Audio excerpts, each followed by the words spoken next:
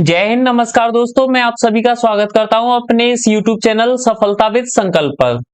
दोस्तों, आज हमारा टॉपिक रहेगा जनगणना। देखिए, मैंने इस चैनल पर काफी सारे टॉपिक्स कवर करा चुका हूं। मैं धीरे धीरे सारे आपके जो भी स्पेशल टॉपिक्स हैं उनको कवर करा दूंगा। मैंने सोशल मीडिया, साइबर क्राइम, भारतीय कृषि, जीएसटी, विमुद्रीकरण, व्यापार एवं वाणिज्य और आज का हमारा टॉपिक रहेगा जनगणना। दोस्तों, आपको ये सारे टॉपिक्स एक क्रम में कवर करने हैं तो आप हमारे इस चैनल पे प्लेलिस्ट बनी हुई है, उसको आप फॉलो कर सकते हैं। देखिए, इसमें मैंने क्या किया है, इसमें मैंने आपकी थ्योरी क्लास भी रखी है, थ्योरी भी रखी है और आपके प्रैक्टिस के लिए क्वेश्चंस भी रखे हैं। तो मैंने ये जनगणना, वैसे तो बहुत बड़ा टॉपिक है, लेकिन मैंने इस जनगणना को काफी छोटे में रखा है, जिसमें केवल और केवल वो चीजें रखी हैं जो कि आपके एग्जाम पॉइंट ऑफ व्यू से इंपॉर्टेंट है। अभी शुरुआत करते हैं भारत की जनगणना की। तो जनगणना के इतिहास के बारे में बात करते हैं। तो विश्व में पहली आधुनिक जनगणना 1790 में अमेरिका में हुई। ऐसा नहीं है इससे पहले जनगणना नहीं हुई, इससे पहले भी जनगणना हुई, आपका रोम में हुई, चीन में हुई, लेकिन वो जो है आधुनिक नहीं थी। वो मतलब नियमित या इस तरीके से क्रमिक नहीं थी, या कुछ छोटे छोटे क्षेत्रों में वो जनगणना कराई गई थी।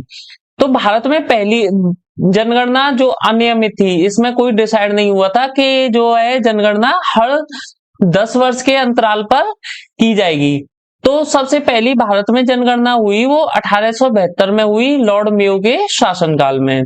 तो भारत में पहली नियमित, जो जिसमें लिखा गया हर 10 वर्ष में ये जनगणना हुआ करेगी, तो इस वजह से इसको 10 की जनगणना भी बोला गया।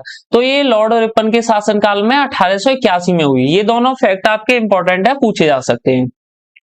ये भारत की 15वीं जनगणना है और स्वतंत्र भारत की देख ली जाए तो ये 7वीं जनगणना है, मतलब स्वतंत्रता के बाद, जिसका आदर्श वाक्य था, स्लोगन था, हमारी जनसंख्या हमारा भविष्य। अब बात करते हैं 2011 की जनगणना के। जनगणना आयुक्त थे डॉक्टर सी चंद्र मौली।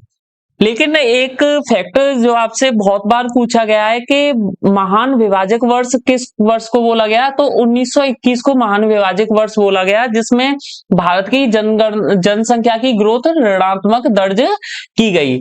लेकिन मैं इसके साथ कुछ आपको एक्स्ट्रा फैक्ट्स भी करा देता हूं जो कि आपकी वर्तमान जनगणना से रिलेटेड है। मैं यहाँ पे लिख देता हूं। जो वर्तमान में जनगणना आयुक्त हैं हमारे, वो है मृत्युंजय कुमार नारायण। क्या है? मृत्युंजय कुमार नारायण। ये 1 अप्रैल 2026 से शुरू होगी इसकी, जो कि भारत की पहली डिजिटल जनगणना होगी। ये मैंने कुछ पॉइंट्स के रूप में लिख देता हूं यहाँ, जिसका शुभंकर है, शुभंकर दो हैं इसके, एक तो प्रगति जो कि महिला के रूप में व्यक्त किया गया है, और एक है विकास, इसको पुरुष के रूप में व्यक्त किया गया है। ये जो है भारत की, यहाँ ये वाली 15 थी, तो लेकिन जो अब वर्तमान जनगणना होने वाली है वो भारत की 16वीं जनगणना है। चलिए आगे चलते हैं। अब इनका तुलनात्मक अध्ययन कर लेते हैं। हम अलग अलग पढ़ेंगे तो काफी ज्यादा वाइड हो जाएगा, लेकिन जो आपके एग्जाम पॉइंट ऑफ व्यू से जो इंपॉर्टेंट है, मैंने दोनों को एक साथ मर्ज कर दिया है, भारत और उत्तर प्रदेश के बारे में। सबसे पहले कुल जनसंख्या के बारे में बात करते हैं। तो भारत की जनसंख्या 121 करोड़ थी, जबकि उत्तर प्रदेश की जनसंख्या 19.98 करोड़ थी, जो कि भारत की जनसंख्या का 16.51% थी। अब बात करते हैं, लेकिन जो भारत की जनसंख्या थी वो विश्व की जनसंख्या का आपका 17.5% थी। अब बात करते हैं लिंगानुपात। भारत का जो लिंगानुपात था 943, जबकि उत्तर प्रदेश का 912। लिंगानुपात होता है प्रति 1000 लड़कों पर लड़कियों की संख्या कितनी है।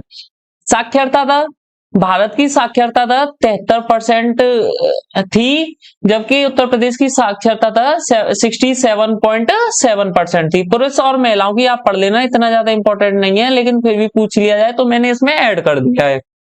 बात करते हैं जनसंख्या घनत्व। जनसंख्या घनत्व का मतलब होता है प्रति 1000 वर्ग किलोमीटर में प्रति 1000 वर्ग किलोमीटर में कितने लोग औसतन निवास करते हैं? तो भारत का जनसंख्या घनत्व है 382 व्यक्ति प्रति वर्ग किलोमीटर, मतलब एक वर्ग किलोमीटर में 382 व्यक्ति निवास करते हैं, जबकि उत्तर प्रदेश का है 829 व्यक्ति प्रति वर्ग किलोमीटर। अब बात करते हैं 10 की वृद्धि दर, मतलब 10 वर्ष के अंतराल में कितनी वृद्धि हुई। 2001 से लेकर 2011 के बीच में 17.7% भारत की जनसंख्या में वृद्धि हुई, जबकि उत्तर प्रदेश की जनसंख्या में भारत की औसत वृद्धि का से ज्यादा हुई 20.23%।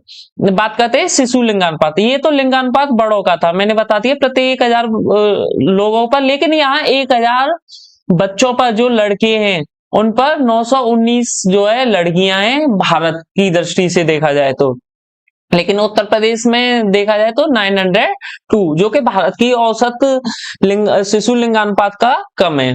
अब बात करते हैं, कुछ मैंने फैक्ट्स देखे तो बहुत ज्यादा फैक्ट्स होते हैं, लेकिन मैंने जो पूछे जाते हैं उन्हीं को रखा है। जनसंख्या में जो भारत की में सबसे शीर्ष राज्य है उत्तर प्रदेश, और सबसे कम जनसंख्या है आपकी सिक्किम में। साक्षरता के मामले में 94% के साथ केरल सबसे आगे, और सबसे पीछे है बिहार, 61.8% साक्षरता है वहां। लिंगानुपात के मामले में केरल सबसे आगे है, जहां 1084 लिंगानुपात है, और न्यूनतम हरियाणा है 879 लड़कियों के साथ।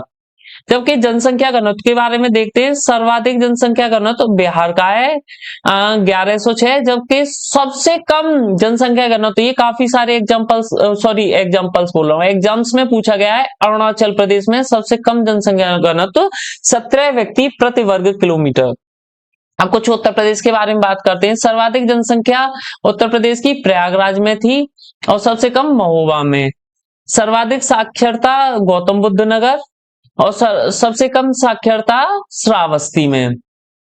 अब बात करते हैं लिंगानुपात। लिंगानुपात के मामले में जौनपुर सर्वाधिक लिंगानुपात 1024, उत्तर प्रदेश के परिप्रेक्ष्य से जिले देख रहे हैं, उत्तर प्रदेश के सारे जिले हैं। और न्यूनतम लिंगानुपात आपके गौतम बुद्ध नगर, देखा साक्षरता में सबसे ज्यादा, और जो है लिंगानुपात में सबसे कम। जनसंख्या घनत्व की बात करते हैं, गाजियाबाद जनसंख्या घनत्व में सबसे आगे है 3971 व्यक्ति प्रति वर्ग किलोमीटर, और ललितपुर का जनसंख्या घनत्व सबसे कम है 242 व्यक्ति प्रति वर्ग किलोमीटर। बात करते हैं कुछ अन्य महत्वपूर्ण बिंदु की। उत्तर प्रदेश में ग्रामीण जनसंख्या 77.7% है, जबकि शहरी 22.3% है। सर्वाधिक नगरीय जनसंख्या वाला जिला है आपका गाजियाबाद, यहाँ सबसे ज्यादा नगर में रहने वाली जनसंख्या है, और सबसे ज्यादा गांव में रहने वाली जनसंख्या, मतलब नगर में सबसे कम रहने वाली है वो आपका श्रावस्ती में। सर्वाधिक जनसंख्या घनत्व जो है यूपी के गाजियाबाद में, ये मैं प्रीवियस स्लाइड में कवर करा चुका हूं। सबसे कम आपके ललितपुर में 242। अगर उत्तर प्रदेश को देखा जाता जनसंख्या की दृष्टि से, तो अभी तो फिलहाल तो भारत सबसे आगे है, लेकिन ये जो है चीन 2011 की दृष्टि से, भारत, अमेरिका और इंडोनेशिया के बाद 5वां उत्तर प्रदेश सर्वाधिक जनसंख्या वाला देश होता। देख रहे हो कितनी ज्यादा जनसंख्या है। अब ये प्रीवियस ईयर एग्जाम्स में आए हुए कुछ क्वेश्चंस हैं, जहां मैं मेंशन नहीं किया है। अब आगे वाली क्लास में मैं मेंशन भी कर दिया करूंगा कि कौन सा क्वेश्चन किस एग्जाम में पूछा गया है। भारत की पहली नियमित जनगणना लॉर्ड रिपन के शासनकाल में 1881 में हुई, लेकिन अनियमित पूछा जाए तो वो लॉर्ड मेयो के शासनकाल में 1872 में हुई थी। 2011 की जनगणना के अनुसार उत्तर प्रदेश का लिंगानुपात कितना है? जो उत्तर प्रदेश का लिंगानुपात है 2011 की जनगणना के अनुसार वो 912 व्यक्ति प्रति वर्ग किलोमीटर है। उत्तर प्रदेश के किस जिले में सर्वाधिक लिंगानुपात दर्ज किया गया है? उत्तर प्रदेश के जौनपुर में सर्वाधिक लिंगानुपात है। उत्तर प्रदेश के जौनपुर जिले में सर्वाधिक लिंगानुपात है।